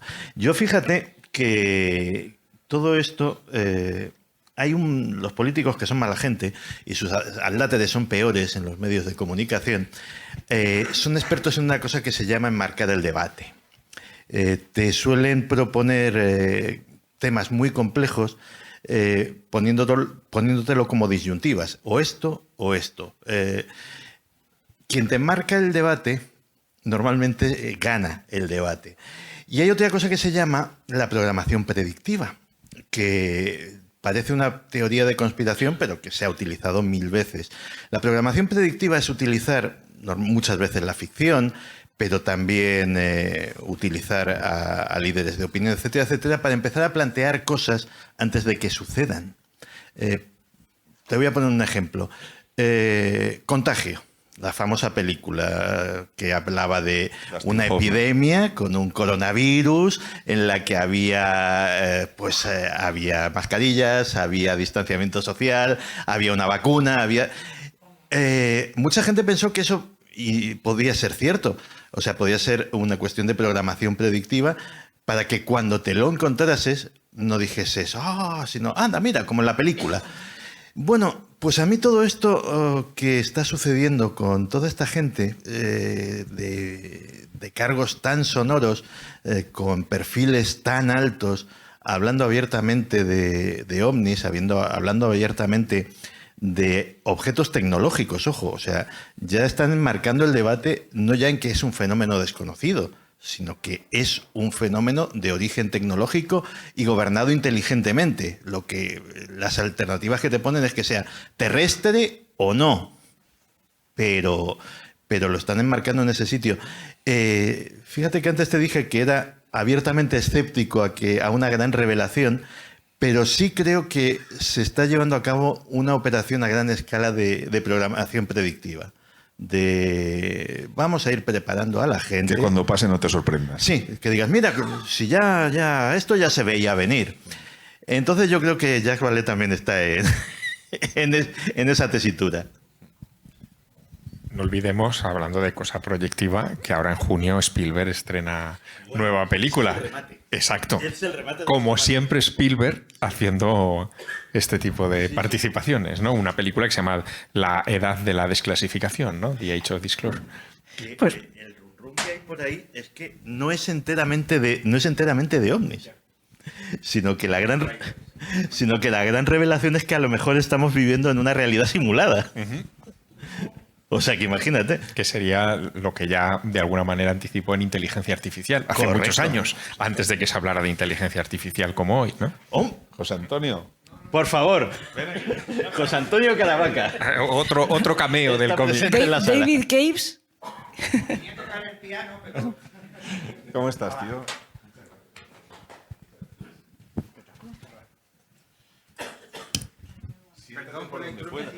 Mira ahí. Siéntate. A mí me ha venido muy bien que saqueráis el tema de Spielberg, porque yo voy a hacer una pregunta muy naif. Spielberg, cuando hizo ET, tenía todavía el concepto de que los extraterrestres venían en son de paz, eran tipos simpáticos. Sin embargo, parece que lo que nos promete presentar en su próxima película, esta perspectiva ha cambiado, ya van a aparecer como figuras hostiles. Y la pregunta es para Fernando.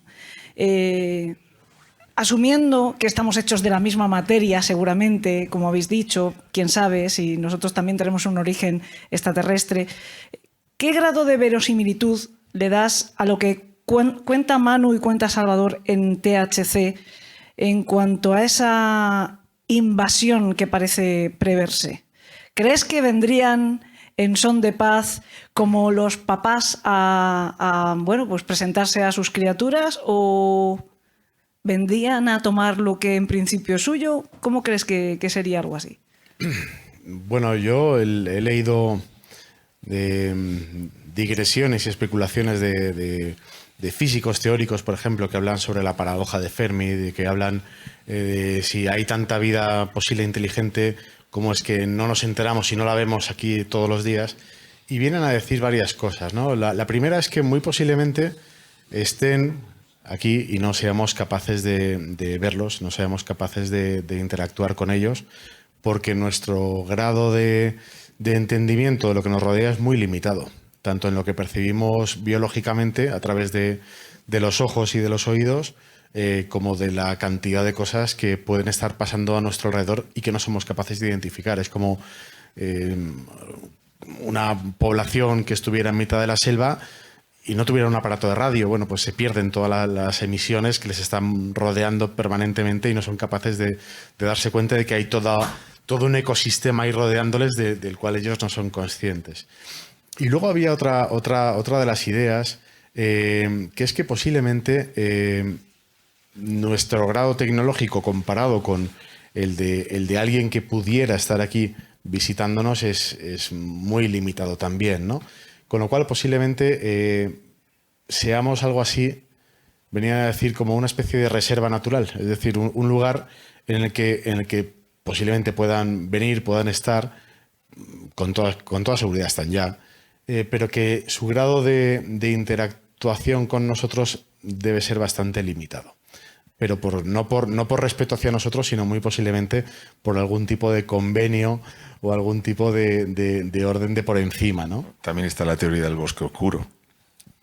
También está la teoría del bosque oscuro, exactamente. Pero yo pienso que perfectamente pueden estar entre nosotros.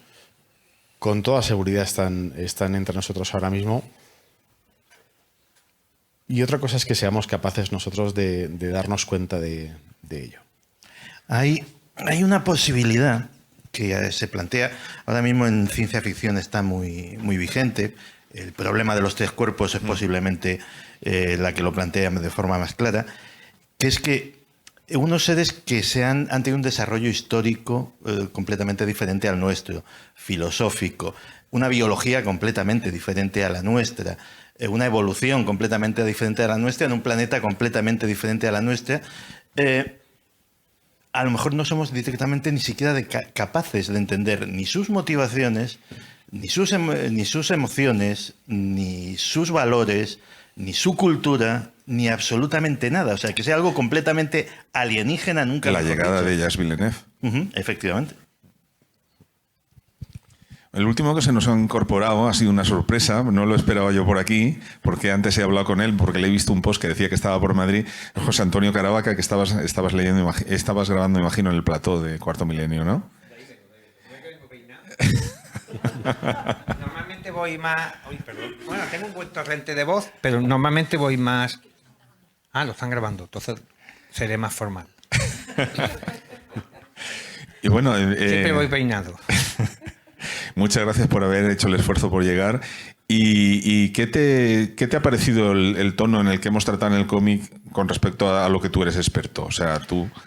Bueno, lo primero que tengo que decir que si soy fanático del tema OVNI, yo era fanático y soy fanático de Marvel. Hacer algo con Salvador La Roca es como tocar el cielo, y más que me inmortalice con este careto en un cómic no de superhéroes, pero hecho por uno de los grandes autores de Marvel, con un guión de Manu, y ahí entramos de lleno a responder la pregunta, que evidentemente contiene mucha información de la casuística, no es algo salido puramente de la imaginación de un guionista que muchas veces se deja llevar más bien por los estereotipos, por las creencias que uno adquiere a través de la cultura popular, que la cultura popular ha sido muy buena para el fenómeno OVNI, pero también muy mala, porque ha integrado dentro del inconsciente colectivo de gran cantidad de personas situaciones, incluso narrativas, que no son ciertas. Y entonces yo creo que la gran aportación, aparte del magnífico dibujo de La Roca, ha sido que por primera vez hay detrás un investigador, un estudioso con la suficiente experiencia y bagaje para que la gente vea lo que puede ofrecer el análisis del fenómeno OVNI desde otro punto de vista, no el que nos ofrece normalmente Hollywood, incluso algunos autores de cómics norteamericanos, que se van siempre hacia lo más llamativo, hacia lo más espectacular, a lo que la cultura popular nos ha inyectado en vena, y yo creo que se pueden llevar incluso alguna que otra sorpresa a la hora de ver qué interpretación y por dónde van los tiros. Y nunca mejor dicho, porque pegáis unos cuantos.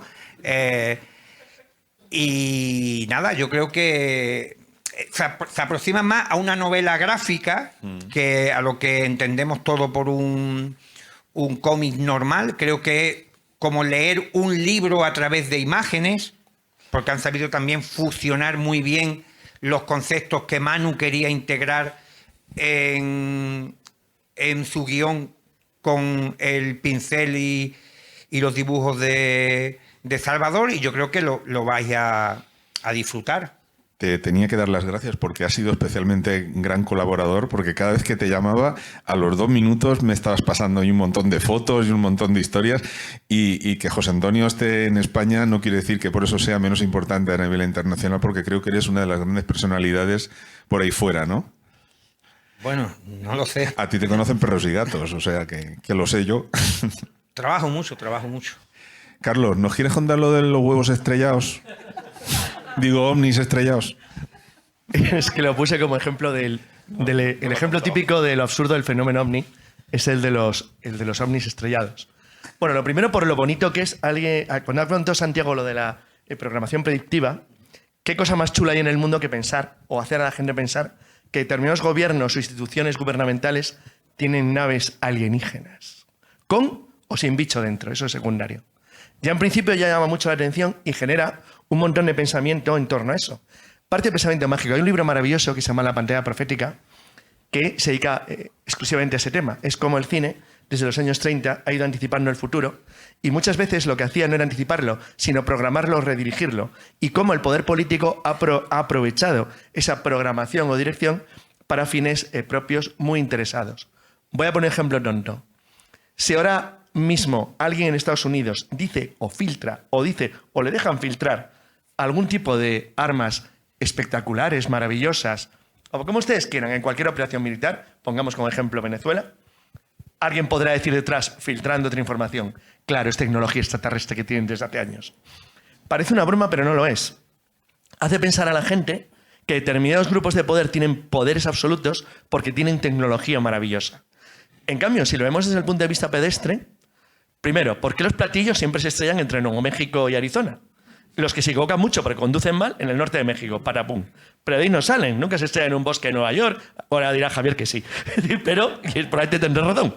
Pero mayoritariamente se pegan tortazos en los desiertos del sudoeste americano. Además, ¿por qué se pegan tortazos si tienen una civilización tan avanzada? Teorías. Es que los dejan caer para darnos como un regalo.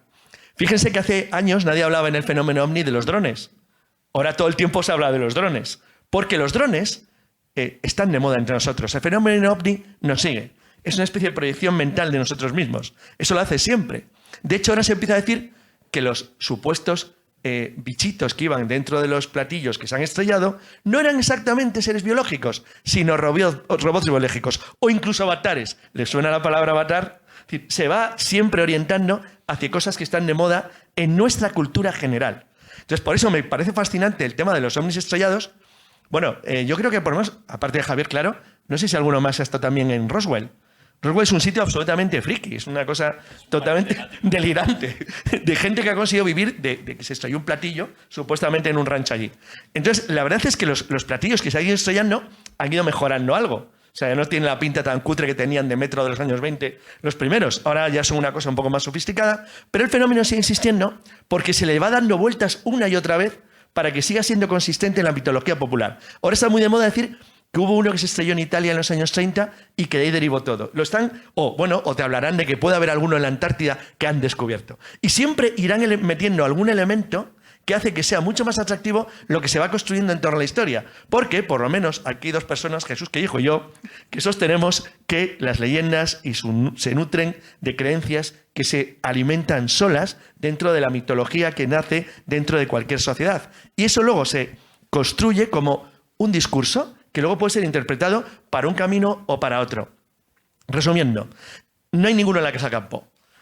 Una pena.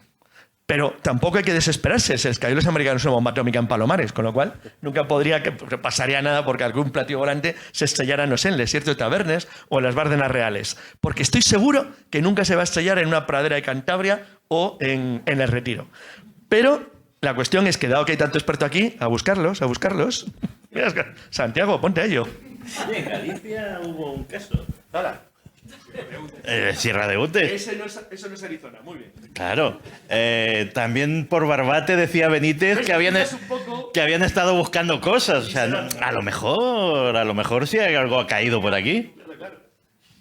Bueno, yo lo que quiero añadir que sí que es curioso que desde la década de los 50 que comienza toda esta leyenda urbana de los ovnis estrellados con el libro de Frank Edward que causó un gran revuelo, pues investigaciones modernas de Neil Reffen, que es un investigador británico afincado en los Estados Unidos, pues descubrió que los que promovieron esa idea, que eran dos tipos de mala vida y acostumbrados a hacer todo tipo de tropelías, por decirlo de una manera suave, pues recibieron la visita de unos agentes del gobierno que les dijeron que podían seguir contando esa historia de una supuesta recuperación de platillos volantes, para que veamos que el interés que ha tenido los servicios de inteligencia por promover este tipo de información en la sociedad no es como dicen ahora que se les está escurriendo de las manos ni que se está filtrando por estos denunciantes de una manera que ellos no están controlando. Ocurrió con el ovni de Aztec, que fue el que menciona Frank Edward en su libro. Después ha ocurrido con el Majestic 12, ha ocurrido con Roswell. No quiere decir que todo sea mentira, que no haya incidentes que tenga una alta extrañeza, pero que para mí no tiene nada que ver con ovnis estrellados, entendiéndolos como maquinarios que tienen una tecnología alienígena. Pero lo que nadie puede discutir a estas alturas es que los servicios de inteligencia norteamericanos, desde allá, la década de los 50, están muy interesados y han sido muy permisivos a la hora de permitir que se crea o se difunda a través de diferentes medios de comunicación que ellos poseen tecnología extraterrestre. Me da mucha pena poner fin a esto, porque encima la cosa se va calentando, cada vez es más interesante y se van a quedar un montón de preguntas.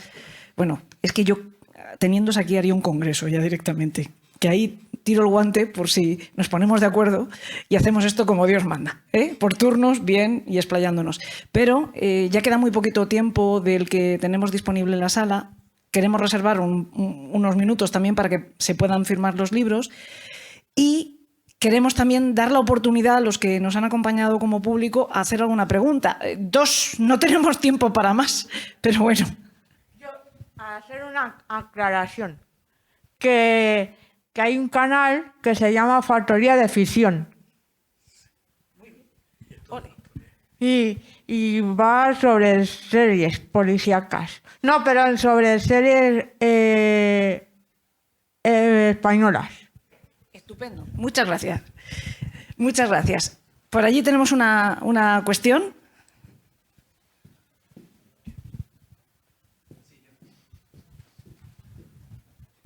Disculpadme, mi pregunta es para Salvador. No, el plantel de expertos es fenomenal, pero bueno, también soy un gran fan tuyo. Pues gracias, hombre. Que quería preguntar, si no te lo preguntaría después, ¿por qué he llegado un poco tarde? El formato así tan... Este formato tan grandecito, tan bonito, tan... Si por mí hubiera sido, sí, habría sido como La Puerta de Grande. Porque los originales son grandes y porque creo que luce mi trabajo como artista que soy, lo que quiero es que se vea bonito. Y creo que me daba la editorial, o sea, la imprenta me daba un par de tamaños y la diferencia era apenas mínima y pensé que cuanto más grande, burro grande ande no ande. En este caso me gustaba que fuese grande, se pudiera apreciar detalles que hay. En fin, es una cuestión, entiendo que artística mía solamente, ¿no? Porque me gustaba que se viese grande. ¿Alguien más quiere una pregunta? Bueno, quería felicitaros porque habéis abierto pues un melón importantísimo. Y si nos metemos a hablar del origen de la vida, el CO2 y todo lo que viene detrás, si nos ponemos en un planteamiento pues más de lo que conocemos en el mundo de la ciencia, pues efectivamente todo esto son unas secuelas científicas donde hay una aplicación determinada. Yo antes comentaba contigo si conocíais pues el mundo de aquel que empezó con Fernando Sesma y el planeta Umbo y después, por ejemplo, yo estaba metido en aquella historia que surgió de las caras de Belmez. O sea, siempre estamos metidos en un mundo mágico, esotérico, misterioso, porque efectivamente nos da vidilla. Entonces, lo que quería era felicitaros por el tema. No sabía de qué iba esto. Mi hija me había dicho, hay una cosa sobre cómics. Y dije, bueno, pues vamos allá. Pero que me ha encantado y muchísimas gracias. Nada más que eso. Gracias a usted. Por allí hay una más. Bueno, me gustaría que definierais con una frase, como mucho una frase, cada uno de vosotros, THC. Ya está. Espectacular, simplemente. Increíble. Ha dicho una frase. No una palabra. Ya se puede hablar del pasado. Como diría Cervantes, no ha visto el mundo otra ocasión parecida. La mente laberíntica de Manuel Carballal con los ojos de Salvador Larroca. Un retrato extraordinariamente favorecido del mundo del misterio. Una forma muy original de ver el mundo de los misterios. Y yo diría que una aventura extraordinaria con más trasfondo del que parece.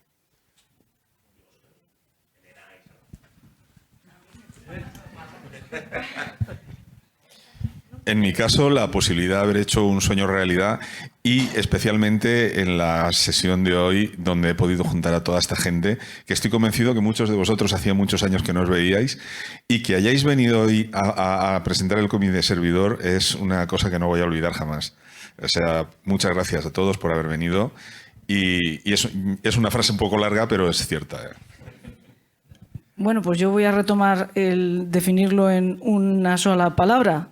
Para mí, un regalo extraordinario. 2 palabras. Un regalo extraordinario. La posibilidad de que ocurran hechos como el que hemos vivido esta tarde, por ejemplo. Eso se debe a THC. Que el nombre de mi podcast, que es mi hijo, ¿no? De alguna manera esté representado en este cómic. Que hasta la criatura que más quiero en el mundo, que es ese perrito, también esté inmortalizado para siempre y va a trascender su propia vida. Y para mí eso también es un regalo que me han hecho tanto Manu como Salva, que encima son 2 de mis mejores amigos. O sea que un regalo. La última y ya plegamos. ¿Hay alguna más? Ya, vale. ¿No hay más preguntas? Pues entonces voy yo. Venga. Yo tengo una pregunta. Ahora estamos en un momento histórico en el que las conspiraciones más locas están como a un mail y una rueda de prensa de hacerse reales. Unas misas negras con la isla Epstein están ahí, vamos. Quería que os mojarais y que todos diréis, igual que decía antes David, con una sola frase, de estas conspiraciones locas, ¿cuál creéis que es cuál creéis que va a venir? ¿Cuál es la más loca? No, de las locas, ¿cuál creéis que va a venir? Pues yo pienso que una de las que tiene visos de que se haga público en algún momento será la de que existen complejos o granjas de personas, iba a decir, en las cuales multimillonarios muy mayores reciben transfusiones de sangre de jovencitos y jovencitas biológicamente compatibles con ellos para rejuvenecer. Eso existe. Hay una empresa, Eso es la película La Isla. Es La Isla eso, ¿eh? Eso te lo da. Uy, perdón. Hay una empresa donde eso sale a $8.000 el litro. En California, por cierto. La FDA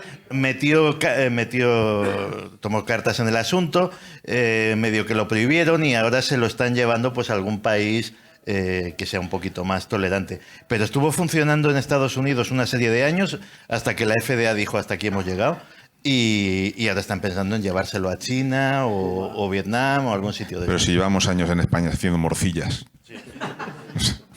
Sangre de jovencito en vena, o sea, no te... Tú te comes un bocata de morcilla con un blanco y negro y rejuveneces fijo. Que, por cierto, la propaganda de la empresa decía que funcionaba y los clientes estaban satisfechos. Ahí es donde deben de ir los Rolling Stone, que vienen diciendo desde los 60. Sí, el tema es que funciona, porque recibes plasma depurado que está lleno de factores de crecimiento, de hormonas, algunos de los cuales pueden incluso no estar todavía identificados, pero evidentemente que funciona. De hecho, Byron Josephson, se llama así el chalao este que se pega al día. Este millonario que está haciendo ese tratamiento, sí, Byron Johnson, bueno, pues recibe plasma de su hijo para rejuvenecimiento. Sí, pero si un día cruzas la calle sin mirar y te pilla un camión, da igual, o sea... Sí, eso sí, pero serás un cadáver Pero bonito y joven. eso te iba a decir. Eso. Bueno, yo estoy muy cerca de la de Fernando, y es que si se anuncia, ya hemos dicho lo más loco de todo, si se anuncia que una parte de la humanidad es inmortal, has partido la humanidad en dos, por primera vez en la historia. Ah, sí, claro, porque estábamos diciendo que esto costaba en su día, cuando se comercializaba, $8.000 el litro. Hacía falta muchísimo dinero para continuar. No, pero eso sigues dando cambios de sangre. Digo que se demostrara que, que una parte de la humanidad no se muere. Que una parte de la humanidad no se muere, que serían los que pueden pagárselo. Exacto. Claro. Pero que además de que puedan pagarlo, no se mueren. Es decir, el hecho en sí mismo de que la humanidad supiera que una parte de su especie es inmortal. Pues imagínate, estaríamos hablando de que serían los que pueden pagárselo, que tendrían más años para acumular fortunas aún mayores. O sea, sería No, sería un cambio, el cambio completo en la humanidad. Jolín, me lo habéis puesto difícil. Yo creo... Hombre, está el meteorito siempre, puedes ir por ahí. No, sí. Yo creo que dentro de relativamente poco, a pesar de que hay expertos que dicen que es imposible, tendremos noticias de una inteligencia artificial general, es decir, de una realmente inteligente. Eso es una mala noticia. Es una noticia disruptiva. No, pero si te fijas, ya tenemos ahí a los inmortales, Skynet, todo esto ya es el día a día, o sea, ya no es dentro de tantos años, ni Regreso al Futuro, ni su puñetas, ya se ha quedado todo antiguo ya. Bueno, Lovelock, que es uno de los autores de la teoría de Gaia, de la Tierra, él propone que vamos a entrar en el Novaceno, que va a haber el advenimiento de una inteligencia artificial fuerte, que va a ser la primera forma de vida inorgánica de la que tengamos conciencia, y que necesitaría, y que habrá necesitado, unos padres biológicos que somos nosotros. Entonces, de hecho, él teoriza ya sobre cómo será la convivencia entre ambas formas de vida. Fíjate que yo creo que va a ser todo más mundano. Yo creo que dentro de unos años lo que estaremos haciendo es regularizar a los extraterrestres. Si votan... Eso es como en Distrito 9, hay una película sobre eso ya. Pero que tiene pinta de comen comida de gato tío. Parecen saltamontes, no molan, ¿eh? Yo respondo rápido y parafraseando a Julio Verne. Y ya. Todo lo que un hombre sea capaz de imaginar, otro será capaz de llevarlo a cabo. Eso me decía Eduardo Casas de perversiones en Internet, en la Deep Web. Qué diplomático, Javier. A ver, conspiración. Mira, yo creo que una, además está... Sí, por eso digo, es que qué preguntilla. La que has liado, Álvaro. Te ha salido ahí por la tangente. Pero a ver, hay una que yo creo que además encaja con todo lo que se ha dicho aquí y lo que se diría posteriormente si estuviéramos más tiempo. Y es que existe esa especie de run y de presunción de que hay un gobierno oculto. ¿Cuántas veces se ha dicho eso, no? Se decía ya desde el siglo XVII hasta ahora, ¿no? Y a veces ponen nombres, el Club Bilderberg, que si el Foro de Davos, en fin, tantas cosas. Entonces yo creo que la conspiración mayor es cuando esto, que es un run y que son teorías y que nunca se demuestra quién es el que está detrás de este nuevo orden mundial que quieren establecer, pues al final dieran ese salto, como diciendo... aquí estamos, ¿no? Esa especie de gobierno oculto que posiblemente no sean seres humanos, ojo, sino los que por fin desvelaran un poco o quitaran ese telón de fondo y dijeran: nosotros somos los que quitamos a esos dirigentes que vosotros tenéis en cada país.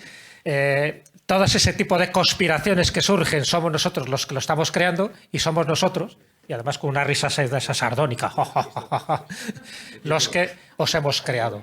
Entonces, Esa sería para mí la conspiración de las conspiraciones, que a lo mejor, ya digo, Pero esa te la desmonto yo rápido. Se murió la reina de Inglaterra ya, que se suponía que era la lagarta. que era reptiliana además, con lo cual no llegamos a la conclusión. Entonces esa para mí es la conspiración mayor. ¿Quién es el que está detrás de todas esas conspiraciones que nos estamos creyendo y que cada día se alimentan muchas veces con los cómics? Bueno, pues yo estoy en la línea de que la élite dentro de poco va a ser no descubierta, pero sí va a aparecer de cara a la opinión pública, no solamente como gente que acumula muchísimo dinero, sino que tiene, por decirlo de manera suave, unas aficiones y unos gustos un tanto peculiares. Yo creo que va ahí en esa línea, sobre todo porque hay una gran profecía, ¿no?, de Verne, de las películas de los 80 y 90, cuando ponían a esos grandes malos que eran multimillonarios, en las películas de James Bond, y uno lo veía y decía, ¿cómo puede un tío controlar el mundo siendo un gran empresario? Ahí lo dejo, y yo creo que va a ser una conspiración que vamos a conocer muy a nuestro pesar, y voy a dar un consejo para la otra si se cumple, la de la IA. Siempre que utilicéis ChatGPT, Gemini, etcétera, etcétera, darle las gracias. La educación no perderla, porque nunca se sabe. Y se ha quedado con tu cara. Y se quedan y con tus huellas. ¿Y sabes dónde vives? También. Lo que antes se creía que era ficción, en relación a la inteligencia artificial, pues se está demostrando que cada vez es más realidad. Y pienso que en un futuro no muy lejano, si toma conciencia, tenemos un problema y que acabará ocurriendo. Pues yo creo que ya podíamos pasar a firmar para que no nos toque firmar en la calle por si llueve, más que nada, porque aquí al final acabo cerrando. Esto es un local comercial y tendrá sus horarios. Entonces, si alguno queréis firmas... Sí, lo sé. Pero tenemos que acabar un poquito antes. Si alguno queréis que estos caballeros os firmen o nosotros mismos, pues es el momento de traer los cómics y los firmaremos. Y de momento, muchísimas gracias por venir otra vez. A vosotros, por supuesto. Esto ha sido un deleite, una gozada, y hay que repetirlo. Así que ponte a trabajar en el TVO. Ya de una vez. Gracias a vosotros también.